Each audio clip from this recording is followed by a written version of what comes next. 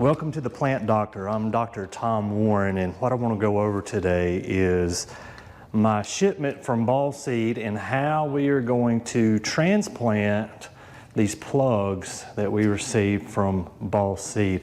So if you follow the channel here, you know that I teach horticulture at Sneed. I'm in my greenhouse here at Sneed State, and I got plugs in for my students. And so today is Valentine's Day, Tuesday, February 14th. And in 2 days, February the 16th, we are going to be transplanting our plugs into 606 trays. And I'm going to walk you through that process. I want to show you what an order looks like from ball seed when you get plugs. So let's walk through this together. I'm going to turn the camera around so you can get a point of view perspective of some of the things that I'm going to show you.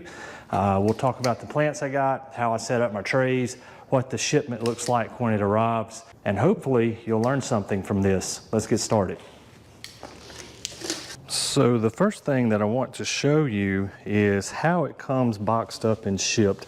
So ball seed, they're essentially a plant broker, and you can buy plants from ball seed. They represent hundreds of nurseries and greenhouses.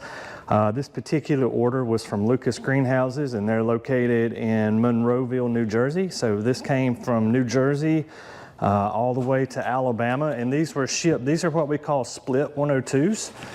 So I've got most of them out of the box already, but there would be 2 trays in here full of plants. They come with a net on them like this. So we just simply take the net off, and we have some beautiful coleus here. On the end of your tray, what you're going to see is there should be a tag. Yeah, this tells us the cultivar that we're working with. So this is Coleus Burgundy Wedding Train. And so these are split 102s, so that means that there should be 51, I think, in each one. So if there's 102 in a box, you got 51 on one side and 51 on the other side. So we're going to transplant these into 606s. So a 606 is essentially one of these. It's six six-packs is what it is, and they fit into a tray perfectly. I went ahead and prepped a tray here, and the media that we're using is just Pro Mix. So Pro Mix, this particular blend is a mix of peat and perlite. So the white you see in here is perlite, and the rest of it's peat. There may be a little bit of bark in here, but not a whole lot. And so peat and perlite do an excellent job at water retention once it's wet. Right now this is pretty dry. It's hydrophobic right now, meaning it's not going to hold a lot of water, but it'll be hydrophilic, meaning water loving, once we start to water it a little bit. So the process here is real simple. So we're going to take a coleus plug here, and one thing that I would recommend, just don't go pulling these out real quick because you could rip the vegetation from the root ball. Kind of massage the bottom as you're pulling one out, and I want you to look how healthy that plug is. I'm not concerned at all right now at this stage with how the vegetation looks, as long as it's not showing signs of nutrient deficiency or insect pathogen disease. This looks pretty clean. What I am concerned about is the quality of my root ball. Look at these roots, how many roots there are on here. And notice they're nice and white and healthy. I don't have any dampening off here. There's no evidence of Pythium root rot or anything like that going on. But the process is real simple. We're going to take one. I'm going to put a hole in my media here. We're going to stick that in. We want to get the top of the root ball level with the top of the media in the cell. And that's it. That's all there is to it. So I'm just going to go through here and do a few real quick. We're going to put the camera in fast motion so you don't have to sit here and watch me do all 36 of them. But I am going to do the first 6 in regular motion here, so you can see how short of a time period you can get this done in. So we're already at 4 there. Here's 5 and 1 more. So let's put the camera in fast motion, finish out this flat, and I'm going to tell you what we're going to do with this once it's done.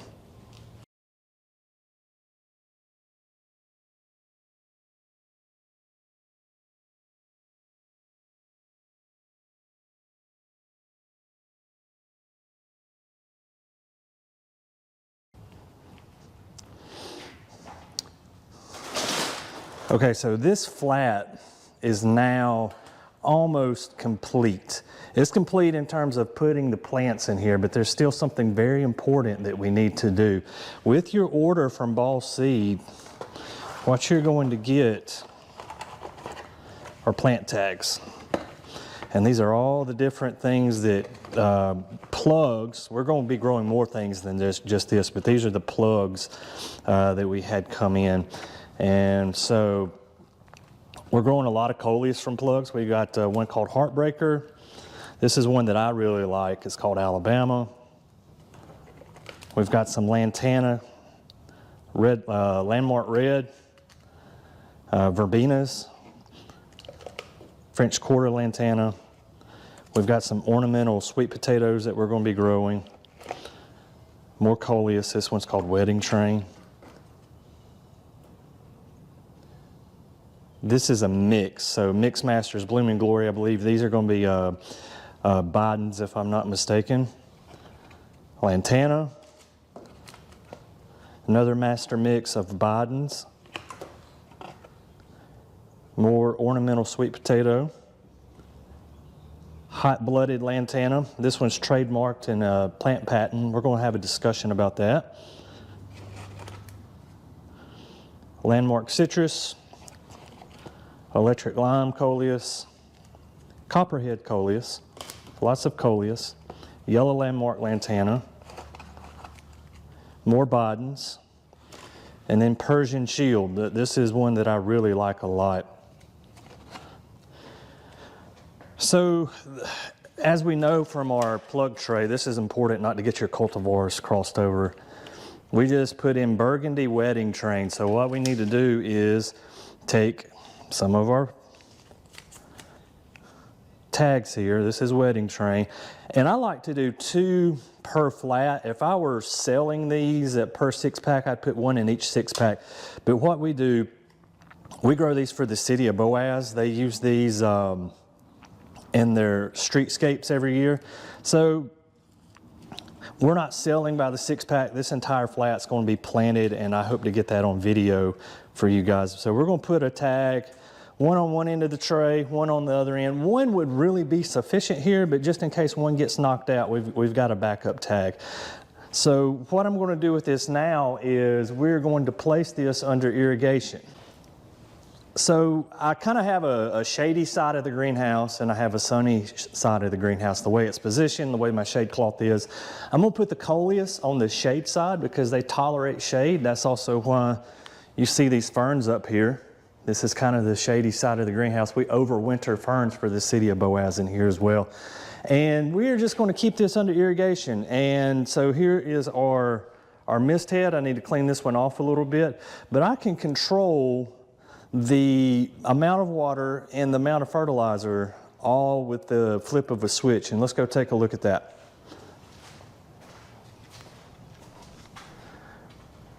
So this here is what we call a fertigator. I don't have it hooked up right now because we don't have anything that needs to be fertilized, but we're going to get a 5-gallon bucket and we're going to mix some liquid fertilizer. We'll get the concentration right. We're going to drop this tube down into the 5-gallon bucket. And as the irrigation runs, it's going to pump fertilizers into our irrigation system, and it's going to water that coleus that we just looked at. I control my irrigation with the Rainbird clock. So right now I've got it off because I'm in here working. I don't want it spraying on me. But before I leave, I'll just simply turn it on. And for right now, we're still in February. I don't have to water that often. I'm going to water these in before I leave. And then what I'll do is I'm just going to have that watering 1 time a day for about 5 minutes. As we progress through the growing season and it gets hotter in here and the fans kick on and it's 85 degrees in here every day, I may have to bump to an afternoon watering session. I usually water first thing in the mornings. But if I'm drying out when I leave work around between 3 and 4 o'clock every day, I may do a supplemental water in the afternoon when it gets warmer. Overall, I am very pleased with my order from Ball Seed. The customer service is also top-notch. My regional rep here in North Alabama is a guy by the name of Andrew Baker. Does a fantastic job with facilitating the orders and doing follow-up work. The quality, I've ordered from Tagawa nurseries through Ball Seed. I've ordered now from this nursery in New Jersey. I've pulled material all the way from California to Alabama, and it always comes in just clean and fresh and ready to be potted up. Guys, as always, thank you for watching The Plant Doctor, and until next time, happy gardening.